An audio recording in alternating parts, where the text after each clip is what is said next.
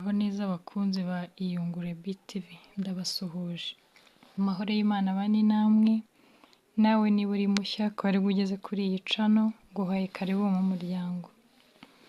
Uyu munsi nabategura ikiganiro kijyanye no ku kintu bita confidence cyangwa se kwigirira icyizere.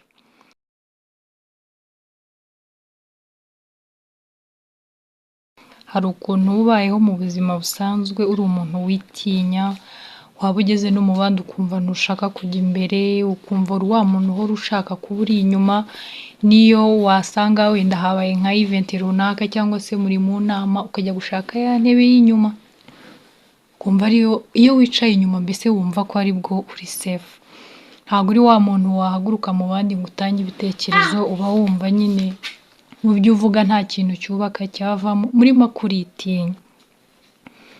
Icya mbere cyagufasha rero, gabanya kwigereranya. Ni ukuvuga ngo gabanya kwigereranya n'abandi. Hari ukuntu warakoranye n'abantu, mwariganye se, muturanye, abo mukorana, ugasanga umuntu muranganya imyaka cyangwa se mwaranakuranye, ariko wareba ahageze ugatangira kwibona nk'aho wowe ntacyo ushoboye, ariko ntabwo ari byo. Ni ukuvuga ngo muri iyi si twese tubaho ubuzima bwacu, kandi ntibyakunda ko twese ibintu tubibonera icyarimwe. Buri wese aba afite aho yanyuze, aba afite icyamusunitse kugira ngo agere aho ageze.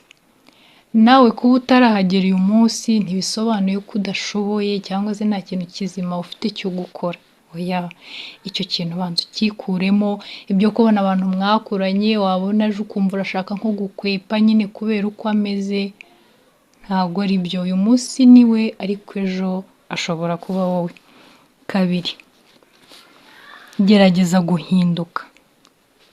Hari ukuntu uba uri umuntu ukunda kuba ahantu hamwe, nyine hahandi uba ukumva urashaka kuhaguma, uratuje, bimwe twita comfort zone. Ni ukuvuga ngo ni ahantu nyine iyo uri ukumva uratekanye. Burya hari ahantu ngo harangiza.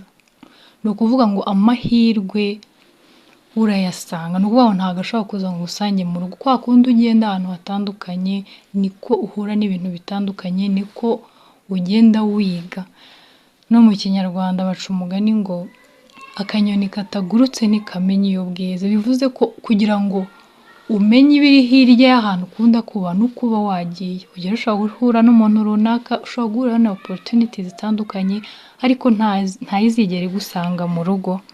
Gatatu, iyiteho. Ni ukuvuga ngo hari igihe uri mu buzima butakoroheye, ariko nanone ugasanga rwose nawe wariyibagiwe.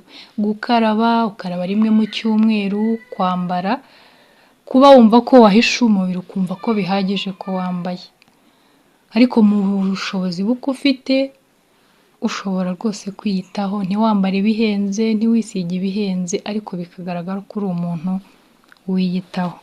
Kane, gerageza kwakira ibyiza muri wowe. Hari ukuntu warakuriye mu buzima wumva nta cyiza wabonye, ibyo wumvaga, ibyo warebeshaga amaso byari bibi gusa, ariko ibyo ntabwo bivuze ko ariko bizahora. Warabyakira, ariko bihe n'umwanya bigende, wige no kwakira ibyiza. Ntumve ko biba ari byo bintu bigomba guhoraho, bitagomba guhinduka. Oya, wumve ko ni byiza bigomba kuza bigasimbura ibibi. Gatanu, iga kumva ko ushoboye. Hari ukuntu uba wumva ushoboye gukora ikintu, ukumva pe uragishoboye muri wowe, ariko ukumva izindi mbaraga zituruka inyuma zikubwira ziti uzabikora gute se, uzabigenza gute, runaka yarabikoze biramunanira, ariko nyine ukumva icyo kintu kiragupenariza, wajya guhaguruka ukumva kiranga. Ariko nushyiramo imbaraga muri cya kintu nyine wumva ushoboye, ugashaka uko wagikora, uburyo nyine igisabwa kugira ngo ukigereho. Ushobora kuvuga ati urugero, wenda njye nzi kubaka, ariko se nakubaka hehe, nakubaka iki, ni iki gisabwa kugira ngo nubake? Nyine ukagira ubumenyi bwo kumenya cya kintu uburyo nyine kigerwaho. Ntuvuge ngo urabyuka ngo uhite ugwa kuri iki, ahubwo uko ugenda winjira mu kumenya cya kintu niko ugenda wunguka ibintu bitandukanye. Ujye ugira n'ubushake bwo kumenya muri wowe, wumve ushaka kumenya ibisumbuye ku byo uzi, nabyo bitera confidence. Ndagushimiye rero ko wabanye nanjye, wakoze cyane. Niba wakunze ikiganiro ntugende udakoze subscribe, ndabakunda, ciao ciao, nawe ubutaha.